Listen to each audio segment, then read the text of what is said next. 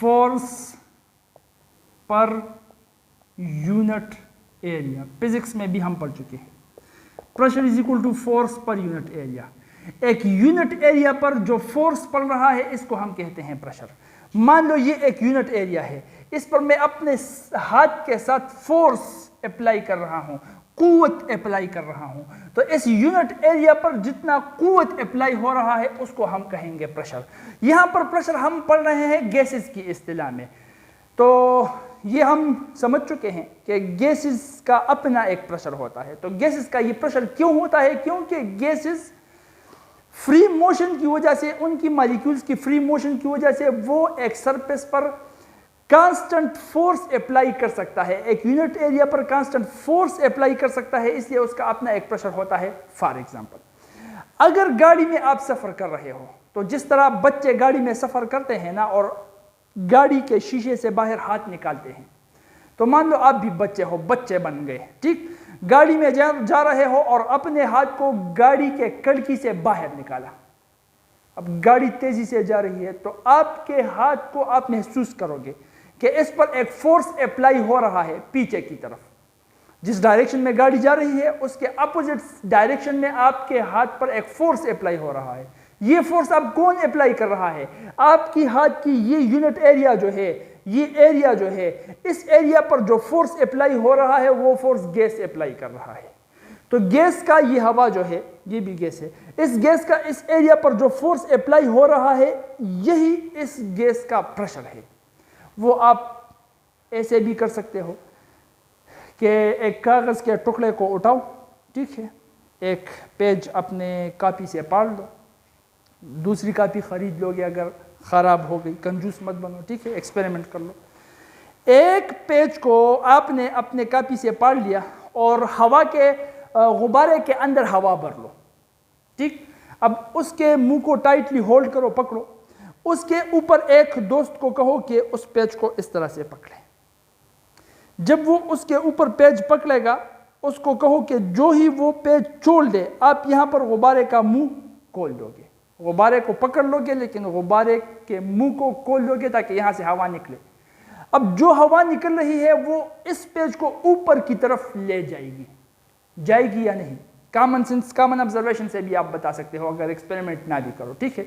अब ये क्यों ऊपर की तरफ जा रही है? क्योंकि इस गुब्बारे के अंदर जो गैस था वो इस कागज पर फोर्स अप्लाई कर रहा था, कागज के एरिया पर फोर्स अप्लाई कर रहा था, तो कागज ऊपर की तरफ चला गया।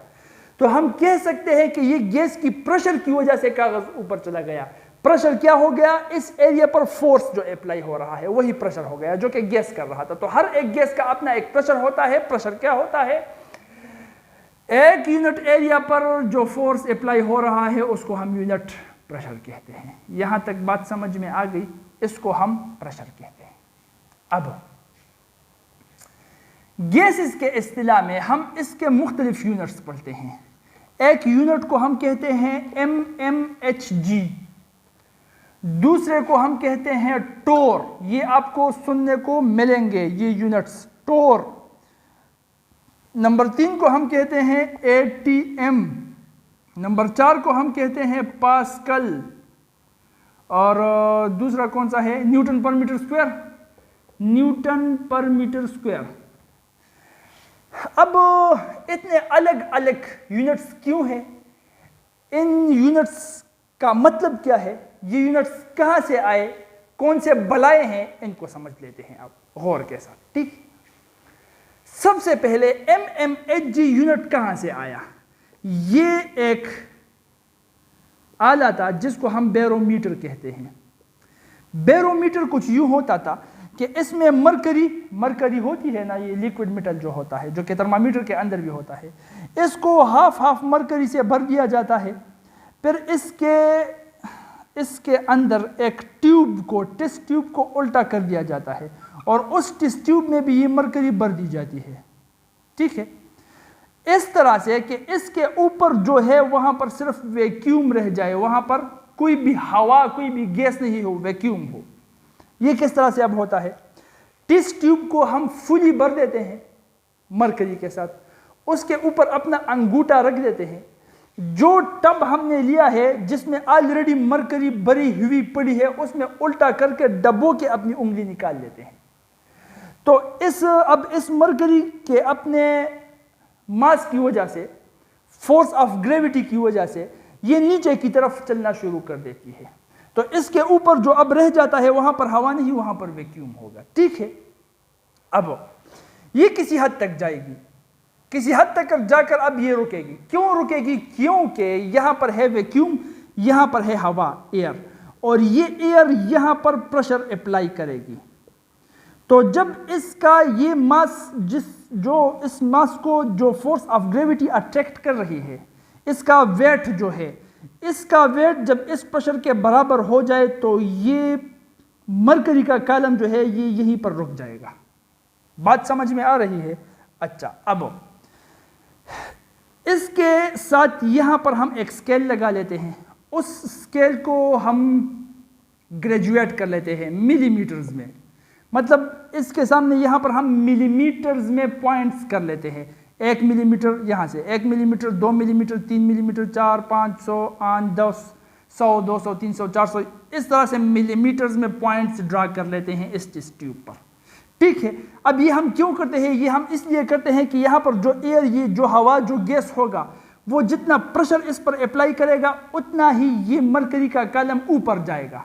जितना ऊपर जाएगा हम उस पॉइंट को देख लेंगे कि कितने मिलीमीटर तक ये ऊपर गया है, तो उतने ही मिलीमीटर ऑफ मरकरी को लेकर हम बताएंगे कि इतना हवा का प्रेशर है। फॉर एग्जाम्पल देखो,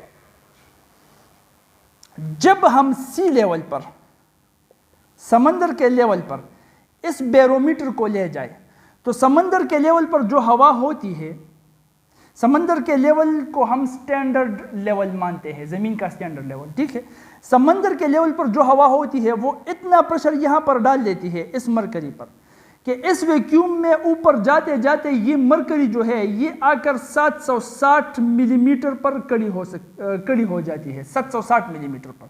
अब देखो,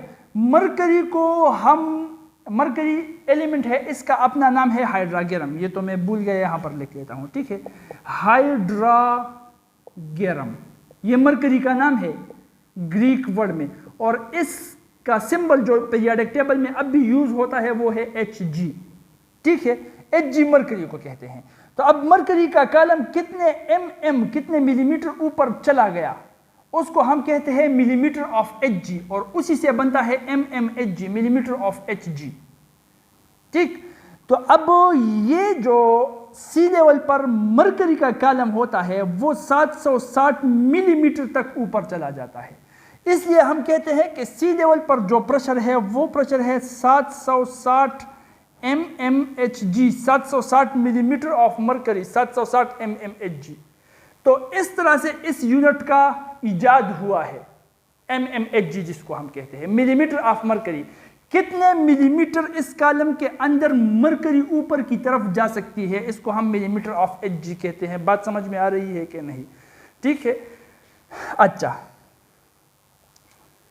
तो ये क्लियर हो गया। ठीक है, तो बैरोमीटर वो आला है जिसके जरिए हम हवा का प्रेशर नाप सकते हैं, मेजर कर सकते हैं। अब टोर क्या है? आपको पता है इस बैरोमीटर का इन्वेंटर कौन था?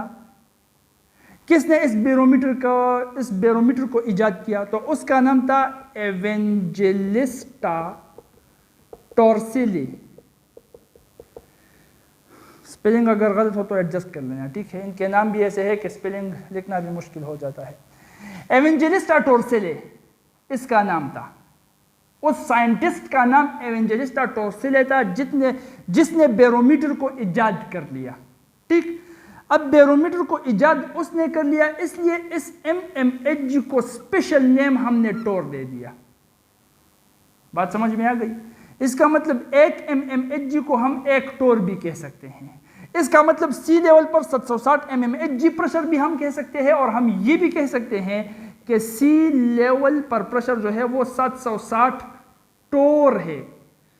ठीक, mmHg को हम टोर भी कह सकते हैं। टोर क्यों कहते हैं? वजह आपके सामने है, क्योंकि इसको दरियाफ्त टॉर्सिली ने किया था, तो उसके नेम के पीछे हमने इस यूनिट का नाम भी रख दिया, टोर। यहां तक भी क्लियर? शाबाश। अब एटीएम कहां से आ रहा है? एटीएम ऑटोमेटिक ट्रांजैक्शन मशीन ये नहीं है, ठीक है, वो एटीएम नहीं है जिसमें कार्ड डाल दो और आपको पैसे मिल जाएंगे। पैसों की बात सुनकर हंसी आ जाती है, अजीब चीज है पैसा, एटीएम। तो ये वो एटीएम नहीं है, ये प्रेशर का यूनिट है, ठीक। अब ये एटीएम कहां से आ गया? देखो, मैंने इस तकरीर के अंदर आपको कह दिया कि सी लेवल को हम स्टैंडर्ड लेवल मानते हैं, ठीक है, सी लेवल को हम स्टैंडर्ड लेवल मानते हैं। सी लेवल में एटमॉस्फेयर का जो प्रेशर है, इसलिए उस एटमॉस्फेयर प्रेशर को हम स्टैंडर्ड एटमॉस्फेरिक प्रेशर मान लेते हैं। सी लेवल पर जितना प्रेशर है उस प्रेशर को हम स्टैंडर्ड एटमॉस्फेरिक प्रेशर मान लेते हैं, और उस स्टैंडर्ड एटमॉस्फेरिक प्रेशर को हम नाम देते हैं 1 atm। ये नाम हमने दिया है 1 atm स्टैंडर्ड एटमॉस्फेरिक प्रेशर, जो कि बराबर है 760 mmHg भी कह सकते हो, या आप कह सकते हो कि 760 टोर, कुछ भी कह सकते हो, ठीक है। 760 mmHg सी लेवल पर प्रेशर है, या 760 टोर जो कि सी लेवल पर प्रेशर है, एटमॉस्फेरिक प्रेशर है, और वो भी स्टैंडर्ड लेवल पर है। इसलिए इस एटमॉस्फेरिक प्रेशर को हम स्टैंडर्ड एटमॉस्फेरिक प्रेशर कहते हैं, जिसको हम नाम देते हैं 1 atm। इस तरह से एटीएम यूनिट का इजाद भी हो गया। अब अगर इसको हम डबल कर दे, 760 × 2 1520 बन जाता है, ठीक है। तो 1520 mmHg या टोर को हम 2 atm कहेंगे। 3 गुना कर दिया तो 3 atm, 4 गुना कर दिया तो 4 atm। इस तरह से एटीएम का, बात समझ रहे हो, वजूद में आ गया एटीएम साहिब। अब पास्कल कहां से आ गया? पास्कल एक साइंटिस्ट का नाम है। पास्कल को एक्सप्लेन करने से पहले न्यूटन पर मीटर स्क्वायर को एक्सप्लेन कर लेते हैं। ये जितने भी यूनिट्स हम पढ़ चुके हैं, इसमें कोई एसआई यूनिट नहीं है, और आपके दिमाग में ये सवाल आना चाहिए कि सर फिर हमने फिजिक्स के अंदर ये सिस्टम इंटरनेशनल क्यों पढ़ा है यूनिट्स का, उसमें से इसका यूनिट क्यों नहीं निकल रहा? तो सिस्टम इंटरनेशनल मतलब एसआई सिस्टम के अंदर भी इसका यूनिट होना चाहिए ना, तो होता है। किस तरह से होता है? सिस्टम इंटरनेशनल के अंदर जो भी यूनिट्स है उसको डिराइव करते करते हम यहां तक पहुंच जाते हैं कि हमको पता लग जाता है कि फोर्स का यूनिट है न्यूटन, और वो हम डिराइव करते हैं F = ma से। m तो मास है, वो भी एक एसआई क्वांटिटी है। a जो है वो मीटर पर सेकंड स्क्वायर है, तो मीटर सेकंड और मास से हम वो डिराइव कर लेते हैं, और उसको किलोग्राम मीटर पर सेकंड स्क्वायर, और उसको हम कहते हैं न्यूटन, ठीक। तो फोर्स का यूनिट है एसआई यूनिट न्यूटन। एरिया का SI unit area, length multiplied by width, तो मीटर स्क्वायर हो गया। लेंथ भी मीटर, विड्थ भी मीटर, लेंथ भी मीटर, विड्थ भी मीटर, तो मीटर स्क्वायर। तो P = F/A, मतलब P = newton divided by metre square. Newton divided by metre square हम लिख सकते हैं इस तरह से भी, newton divided by metre square, या इस तरह से भी, न्यूटन पर मीटर स्क्वायर। अगर यहाँ पर ये डैश नहीं करना हो, डिवीजन का ये निशान नहीं करना हो, तो -2 लिखेंगे। तो इस तरह से प्रेशर का स्टैंडर्ड यूनिट जो है, एसआई यूनिट जो है, एसआई सिस्टम इंटरनेशनल का जो यूनिट है, वो है न्यूटन पर मीटर स्क्वायर। और इस तरह से न्यूटन पर मीटर स्क्वायर के यूनिट का इजाद हुआ है प्रेशर के लिए। अब आपको ये भी बता दूं कि 1 atm जो होता है, अगर 1 atm का प्रेशर हम ले ले और उसके न्यूटन्स को कैलकुलेट करें कि कितने न्यूटन फोर्स ये अप्लाई कर रहा है, तो वो होता है इतना, 1,1325 न्यूटन पर मीटर स्क्वायर। 1 मीटर स्क्वायर पर 1,1325 न्यूटन फोर्स अप्लाई कर सकता है एक एटीएम का प्रेशर। सो 1 atm = 1,1325 न्यूटन पर मीटर स्क्वायर। इन वैल्यूज को याद रखना पड़ेगा आपको, ठीक है, क्योंकि कन्वर्जेंस के जितने भी एमसीक्यूज आएंगे वो आप इसी से हल करोगे। या कन्वर्जन का एमसीक्यूज है भी नहीं, दूसरा एमसीक्यूज है, या दूसरा न्यूमेरिकल है, तो न्यूमेरिकल के अंदर कन्वर्जेंस काम आ जाती है, क्योंकि यूनिट्स को जो यकसा करना पड़ता है और उसके बाद हम कैलकुलेशन करते हैं। तो यकसा करने के लिए कन्वर्जेंस की ज़रूरत होती है, कन्वर्जेंस की ज़रूरत होती है, तो कन्वर्जेंस में ये आपके काम आने वाला है, वो भी हम कर लेंगे न्यूमेरिकल्स को सॉल्व करने के दौरान, ठीक है। तो ये वैल्यूज आपको याद रखनी पड़ेंगी। तो 1 atm = 1,1325 न्यूटन पर मीटर स्क्वायर। अब पास्कल कहाँ से आया? इस 1 न्यूटन पर मीटर स्क्वायर को हम कहते हैं पास्कल।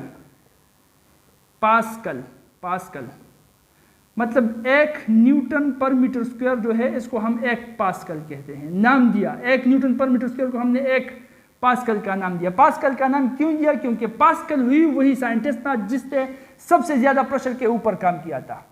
पास्कल उस साइंटिस्ट का नाम है जिसने सबसे ज्यादा प्रेशर के ऊपर काम किया था, इसलिए हमने प्रेशर के यूनिट न्यूटन पर मीटर स्क्वायर, प्रेशर के SI यूनिट को इसका नाम दे दिया पास्कल। तो इसका मतलब 180 m जो है वो 1,1325 पास्कल्स का बराबर है, जो कि न्यूटन पर मीटर स्क्वायर है। और वही 180 m 760 mmHg या 760 टोर के बराबर है, और वही 1 mmHg 1 टोर के बराबर है। इतनी हेराफेरी ये आपको याद करनी पड़ेगी। बात समझ में आ रही है कन्वर्जेंस के लिए? तो अब आपको करना क्या है, यहां पर मैं बोर्ड पर कर रहा था, तो बोर्ड पर जब मैं कर रहा था आपको नजर आ रहा था कि ये तो बहुत आसान है, सर कर रहे हैं, बिल्कुल ऐसे है जिस तरह के हलवा खाना है। तो ये हलवा खाना था तब जब आप तमाशा कर रहे थे और मैं खेल रहा था। अब आपको खुद खेलना पड़ेगा अपने प्रैक्टिस कॉपीज के अंदर, तब आपको पता लग जाएगा कि मिसिंग कहां पर आ रही है। और जहां पर मिसिंग आ रही हो वहां पर फिर इस डॉक्टर के साथ राबता कर लेना, वो तुमको बता देगा कि कहां पर आपकी तबीयत वो नासाज है। समझ में आ जाएगा फिर, ठीक है? प्रैक्टिस कर लो।